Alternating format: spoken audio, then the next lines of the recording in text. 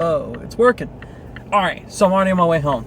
But I'm gonna pick up some food because I had like a cheeseburger from McDonald's, and that was not enough. It was fine. It was a little puny cheeseburger. I didn't want to spend money. I just wanted something in my system before I sat through a 2.5-hour movie, and I just got off work, so I didn't eat in those hours. But I'm gonna go get food right now, so it's probably gonna take me like 10 minutes till I get there. So I got a little bit of time to do a non-spoiler review about Spider-Man Across the Spiderverse. He went across. He wasn't into. He's not beyond it yet, but he's across it. Just a little crosswalk. This is a little film. It wasn't anything that crazy. Alright, for real. So, anyone who knows me, friends alike, probably knows I saw Spider-Man Into the Spider-Verse 7 times in theaters. I think it's a top 5 comic book movie. I don't want to say my top 5 because you'll be like, why the fuck are all the Guardians movies in there? Yeah, they all are. I think they're amazing. Fuck you. I love them, okay? But Spider-Man Into the Spider-Verse is in there, and it's a high up one. I'll let you know that. It's probably my personal number 2. Between my favorite comic book movie, my top 3 are kind of all tied, but I would say it's like number 2 because it is different. My top 3 are probably Guardians of the Galaxy Volume 3, Spider-Verse, and Avengers Infinity War. I'm gonna have to update this top 5. Holy shit, this film is awesome. I was just sitting in there so giddy. Because, like, okay, first of all, I expected a lot of Spider-Verse stuff. I was like, oh, this is gonna be Phil cameos. There's no way they're gonna write it like that. Even if there are a lot, I've always trusted Phil Lord and Chris Miller. To me, they haven't made a bad film. They always make fucking awesome cinema. Like, 21 22 Jump Street are hilarious. I'm sure you guys have seen them. Great comedies. Jonah Hill and Channing Tatum are great. They're so funny and they're so meta, like what they're making fun of, and they're great. And they directed and wrote those. They also wrote, I guess co-wrote because other people helped them, and directed the Lego Movie, which is, in my opinion, top 5 best animated films of all time. This shit is getting thrown up in there with those top 5 because I'll just let you know. They also, of course, have worked on the other Lego movies as writers and producers. They're producers of Cocaine Bear. They've made Cloudy with a Chance of Meatballs, and they continue to just produce, write, direct. Whatever they do is amazing stuff. I gotta shout out the other directors here. There are like 3 of them, and I can't remember all their names, but to all the directors and writers and the producers and the animators of this film, like, fucking applause to you. You guys put together a unique, emotional, beautiful, artistic, unique, special film. You did not just make another comic book movie. You didn't just go like, you know what, fuck it. Let's just, we'll be lazy on it. We'll make the animators work hard. It'll look gorgeous, but hey, the writing levels, they're gonna be like Thor, Love and Thunder. No one will care. No, the jokes are so funny because they're clever. They're not just stupid, humorous moments. And the animation is just the additional layer of how beautiful it is. Animation is stunning. It is one of the best looking animated films I've ever seen, potentially the best. The way they mix styles between the watercolor world of like Gwen Stacy, the Spider-Man India leveled world, just the normal world that we have with Spider-Man, Miles Morales in general.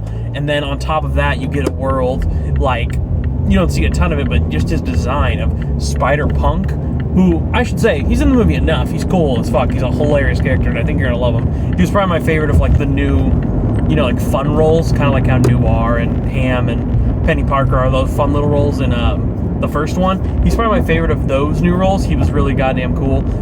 His animation looks like cutouts of, like, flyers that you would see that, like, you know how, like, someone does, like, or you just see like a newspaper drawings and they cut it out and they colored it, or it kind of looks like, because he's an he's kind of like a Sex Pistols anarchy punk rocker, Hobie Brown. It's just the way like he looks is so goddamn cool.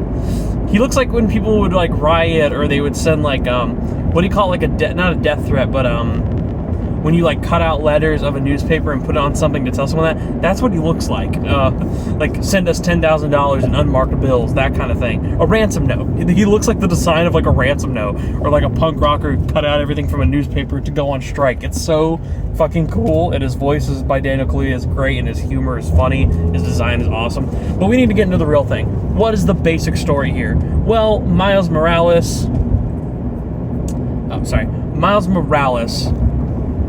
is the character, the lead character. Miles Morales, basically in this film, has grown up. he is trying to come of age. He's been Spider-Man for enough. And when Gwen tells him about this Spider Society, which you see from the trailer, run by Miguel O'Hara, they're trying to stop different events from happening around the world so people can stay consistent and he doesn't break a timeline killing a bunch of people. Kind of like a multiverse thing would do. If you harnessed a timeline and you mess something up about it, it wouldn't go well.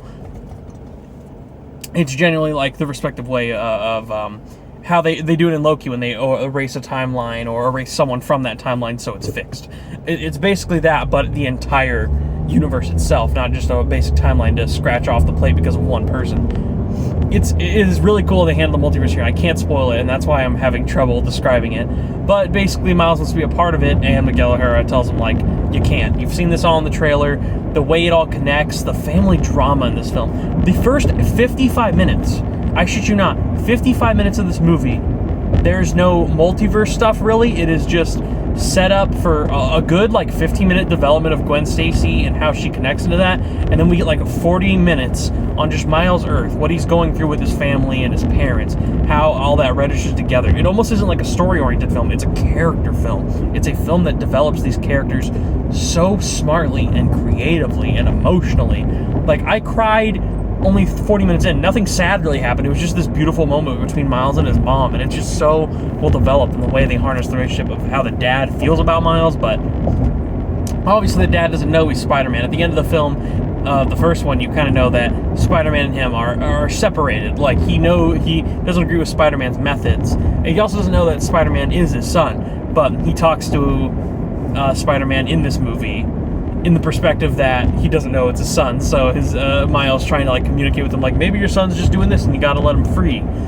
It's just beautiful the way they handle it about growing up and coming of age, because that's always what Spider-Man's been about. But the way that they utilize cliches in this movie, Spider-Man cliches, like, every element knows, like, your uncle or your father has to die for you to become Spider-Man. You have to have a love interest, but it doesn't really work out. It just, depending on the timeline, what keeps them consistent and canon and connected.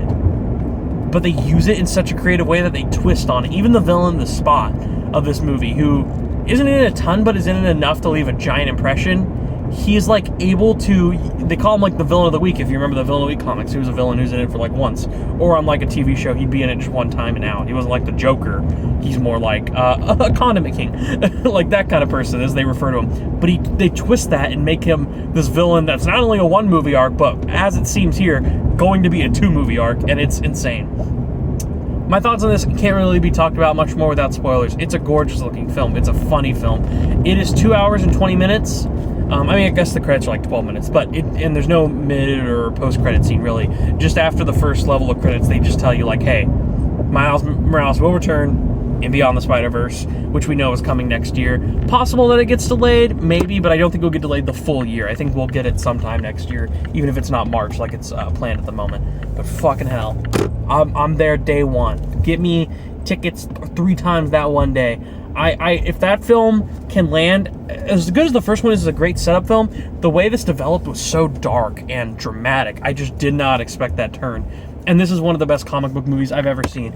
If Beyond can be equally as good as this and end it in a great conclusion, I would not have trouble calling this one of the best trilogies of all time. It's fucking awesome. And yeah, that's all I have to say. It's a 10 out of 10. And I'm going to do a spoiler review probably on Sunday once most people have had a chance to see it. But for now, guys, it's going to be it. I got to pick up my food, but I enjoyed talking about it, and I can't wait to do a spoiler discussion because it's awesome. Bye.